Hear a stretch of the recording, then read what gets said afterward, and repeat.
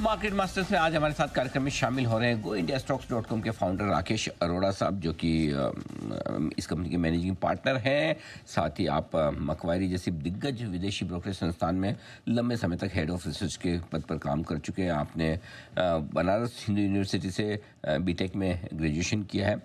Market का अच्छा खासा लंबा गहरा अनुभव रखते हैं और ख़ासतौर से मेटल सेक्टर पर बड़ी गहरी पकड़ के लिए राकेश अरोड़ा साहब जाने जाते हैं और देश में सबसे बेहतरीन, इनफैक्ट दुनिया में सबसे बेहतरीन मेटल एक्सपर्ट्स में से एक राकेश अरोड़ा साहब को माना जाता है। सर, गुड मॉर्निंग, बहुत बहुत स्वागत है आपका। धन्यवाद हमें समय देने के लिए। पहले एक बार राय आपसे बाजार पर ही ली जाए। 25,000 के आसपास हम निफ्टी पर कैसे दिख रहे हैं बाजार आपको? सस्ते हैं, महंगे हैं या रीजनेबल वैल्यूशन? और यहाँ से बाजार की आगे की चाल कैसे दिखती है आपको? अनिल जी, इंडियन मार्केट हमेशा ही महंगे ही दिखते हैं। जी। क्योंकि जहाँ ग्रोथ होगी वहां पे लोग आएंगे तो थोड़ा महंगा तो रहेगा ही। तो सस्ते हो जाएंगे ऐसी उम्मीद तो रखनी नहीं चाहिए। अ, अभी अगर देखना जाए तो जो भी अनसर्टेनिटीज थी वो थोड़ी कम हो रही हैं। एक तरफ से हमारे पास डोमेस्टिकली तो मॉनसून अच्छा जा रहा है अभी तक, और आरबीआई ने काफी जबरदस्त एक्शन लिए हैं लिक्विडिटी इंप्रूव करने के लिए, रेट कट लेने के लिए। मतलब काफी सालों बाद इतना प्रो ग्रोथ आरबीआई दिख रहा है। और साथ में गवर्नमेंट अपना काम कर ही चुकी है। बजट में उन्होंने टैक्स रेट कट किए थे तो वो भी लिक्विडिटी है। और ये भी हम देख रहे हैं कि गवर्नमेंट का थोड़ा सा रुझान सोशल वेलफेयर पे थोड़ा बढ़ा है। तो ये सब चीजें देखते हुए डोमेस्टिक ग्रोथ को सपोर्ट करने की कोशिश हर एंगल से की जा रही है। और ग्लोबली जो अनसर्टेनिटी टैरिफ की है वो भी मुझे लगता है कि अब धीरे धीरे खत्म होने के उस पे जा रही है। और अगर ये वॉर्स वगैरह का थोड़ा सिचुएशन संभल जाए तो आई थिंक अनसर्टेनिटी कम होने से मार्केट ऊपर ही जाएंगे, नीचे तो नहीं जाएंगे। बिल्कुल ठीक बात है। आपने ये पॉइंट सही कहा कि भारतीय बाजार हमेशा से महंगे थे, महंगे और महंगे ही रहेंगे। रीजनेबल रिटर्न की उम्मीद रखी जाए। पहले अब आपके फेवरेट सेक्टर से शुरुआत करता हूँ सर, मेटल से। क्या लग रहा है, क्या व्यू है आपका? क्या तेजी और बन सकती है? थोड़ा एक्शन में आना शुरू हुआ है अभी, कैसे देख रहे हैं आप? सोनल जी, ऐसा है कि एब्सोल्यूट क्लैरिटी तो नहीं है अभी। हालांकि नीचे से थोड़े, एक तो गवर्नमेंट ने एक्शन लिया था सेफ गार्ड ड्यूटी का स्टील पे, तो स्टील के प्राइसेस जो हैं वो इंटरनेशनल प्राइसेस गिरे लेकिन इंडिया में स्टील के प्राइसेस बढ़े। तो इस क्वार्टर में 3,000 से 4,000 रुपये पर टन से मार्जिन इंप्रूवमेंट होने का उम्मीद दिख रही है स्टील कंपनीज में। तो अब स्टील कंपनीज थोड़ा चल चुकी हैं। हो सकता है कि रिजल्ट आते आते तक थोड़ा और चले।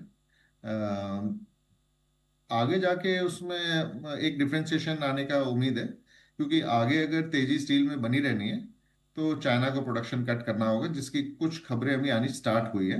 क्या करेंगे नहीं करेंगे ये पता नहीं है। अगर वो करते हैं और स्टील में तेजी बनती है तो मुझे लगता है कि जो कन्वर्टर्स हैं उनको ज़्यादा बेनिफिट होगा एज कम्पेयर टू के जो इंटीग्रेटेड है, जिसके पास खुद की माइन है, उनका क्या कॉस्ट रिडक्शन होता नहीं है। तो आगे जाके अगर रहना है तो आई थिंक कन्वर्टर जो स्टील कंपनी है उनके साथ रहना बेटर रहेगा। बेस मेटल की बात करते हैं तो एल्यूमिनियम ने काफी अच्छा अभी अराउंड करीबन 10% का तेजी आई है। और 2,400 चला गया था, $2,400 पर टन, अभी 2,600 के नजदीक पहुंच चुका है। काफी बेनिफिट उसको हो रहा है क्योंकि जैसे यूएस ने 25% वो इम्पोर्ट ड्यूटी जो लगाई थी एल्यूमिनियम और स्टील पे, तो काफी एक जोर शोर से रीस्टॉकिंग हुई है। चाइना ने भी रीस्टॉकिंग करी है, यूएस ने भी रीस्टॉकिंग करी है। तो जो स्टॉक्स अवेलेबल फॉर सेल होता है वो थोड़ा कम दिख रहा है, और इसी वजह से ये हम इसमें थोड़ी तेजी देख रहे हैं। तो मुझे लगता है कि एल्यूमिनियम कंपनीज जो हैं उनका भी रिजल्ट ठीक ठाक से ही आएगा। और तो रिजल्ट के उम्मीद में आई थिंक ये जो रैली चल रही है थोड़ी और एक्सटेंड होनी चाहिए।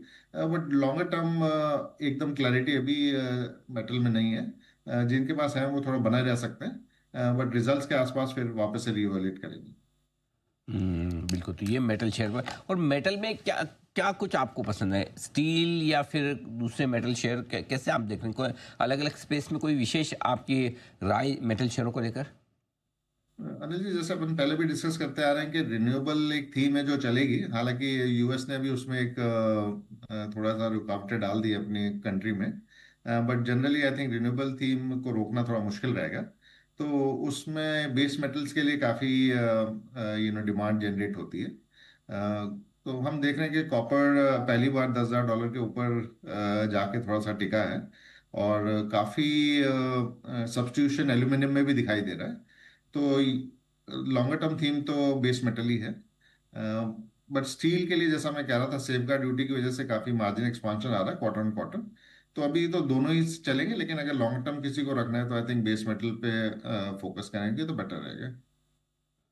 ठीक बात है, तो बिल्कुल ये आपके लिए मेटल्स पर। अब आइए कुछ और सेक्टर्स जहाँ पर एक्शन बढ़िया बनता दिख रहा है। समझाए सर, सीमेंट शेयरों को लेकर आपका क्या व्यू है? सो अनिल जी, हमारे दो दिग्गज जो ग्रुप हैं, बिरला ग्रुप और अडानी, जो काफी दिन से जद्दोजहद कर रहे थे मार्केट शेयर गेन करने के लिए, वो दौर अब थोड़ा सा थमता हुआ सा नजर आ रहा है, क्योंकि जो बड़ी बड़ी कंपनियां जो अक्वायर कर सकते थे वो पॉसिबली हो चुकी हैं। अब छुटकर फुटकर दो तीन ही रह गई हैं जिनको अक्वायर किया जा सकता है। अब इन्होंने इतना एक्विजिशन कर लिया है, तो अब आप देख रहे होंगे काफी न्यूज आती रहती है आजकल सीमेंट प्राइस इंक्रीज की, और तो मुझे लगता है कि कंपटीशन इंटेंसिटी कम हो रही है और सीमेंट प्राइसेस का बढ़ने का दौर अब स्टार्ट हुआ है। हालांकि हम मानसून से गुजर रहे हैं जहाँ पे सीजनल वीकनेस रहती है, तो इसमें मौके मिलेंगे इन्वेस्टर्स को नीचे में सीमेंट स्टॉक एक्यूमुलेट करने के लिए।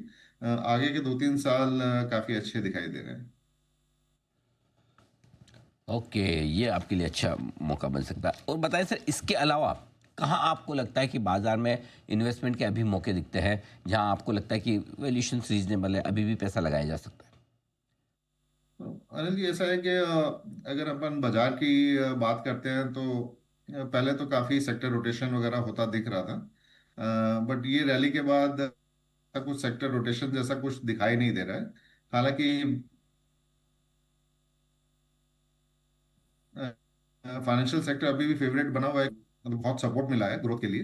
तो मुझे लगता है कि जो फाइनेंशियल सेक्टर में बैंक्स तो हैं ही वैसे, large cap banks, but NBFCs और फिनटेक्स के लिए काफी प्रॉमिसिंग बदलाव हुए हैं रेगुलेशन में। तो मुझे लगता है कि ये सेक्टर स्पेस जो है वो काफी अट्रैक्टिव रहेगी इन्वेस्टर्स के लिए। इसके अलावा क्योंकि interest rate cut front loaded हो गया है, तो जो इंटरेस्ट रेट सेंसिटिव सेक्टर्स होते हैं, जैसे कि रियल एस्टेट हो गया या कंज्यूमर ड्यूरेबल्स हो गया, वहां पे भी उम्मीद रहेगी। और रूरल ग्रोथ काफी पिकअप हो रही है। तो मुझे लग हो गया। तो ओवरऑल देखूंगा तो ये फाइनेंशियल सेक्टर और इंटरेस्ट रेट सेंसिटिव जो सेक्टर है, वहां पे इन्वेस्टर्स को फोकस करना चाहिए। ओके, ये है आपके लिए पूरा पूरा एक्शन। आइए अब एक और जो डिस्कशन अरोड़ा साहब जो चलता है कि मिड कैप खरीदें, स्मॉल कैप खरीदें, लार्ज कैप खरीदें, आपको क्या लगता है किन स्पेस में इस वक्त पैसा बनाना ठीक है, लगाना ठीक है?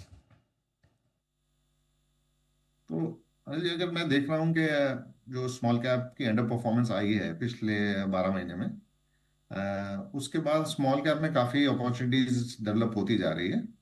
और लार्जली जो ये स्मॉल कैप में इन्वेस्टमेंट रिटेल इन्वेस्टर किया करते हैं, वो लोग थोड़ा असमंजस की स्थिति में चले गए थे जब मार्केट करेक्ट हुआ और उनको समझ नहीं आ रहा है क्या करना है, तो मोस्टली अपने एसआईपी में ही पैसा डाल रहे थे। तो स्मॉल कैप में वैल्यू क्रिएट हो गई है और काफी अच्छे अपॉर्चुनिटीज वहां पे मुझे दिखाई दे रही है। तो मुझे लगता है कि ये जो थीम चल रहा था स्मॉल कैप बेच के लार्ज कैप में जाने का, वो अब एक लास्ट दौर में है। और वापस से फोकस स्मॉल कैप और मिड कैप में आने वाला है, क्योंकि अर्निंग्स ग्रोथ अनिल जी यहीं पे ज्यादा आएगी। और जैसा कि हम कह रहे हैं कि ग्रोथ एक प्रीमियम पे रहने वाली है, तो आई थिंक फंड मैनेजर्स और एआई पीएमएस वाले फंड मैनेजर ये सब ढूंढते हुए पहुंच ही जाएंगे। तो मुझे लगता है कि अब वापस से स्मॉल कैप और मिड कैप में स्टॉकिंग टाइम आ गया है। परफेक्ट। राकेश जी, बहुत बहुत धन्यवाद, आपका समय दिया आपने और विस्तार से बाजार के डायरेक्शन पर आपने हमसे बातचीत की। Thank you so much sir. जल्द आपसे फिर होगी मुलाकात और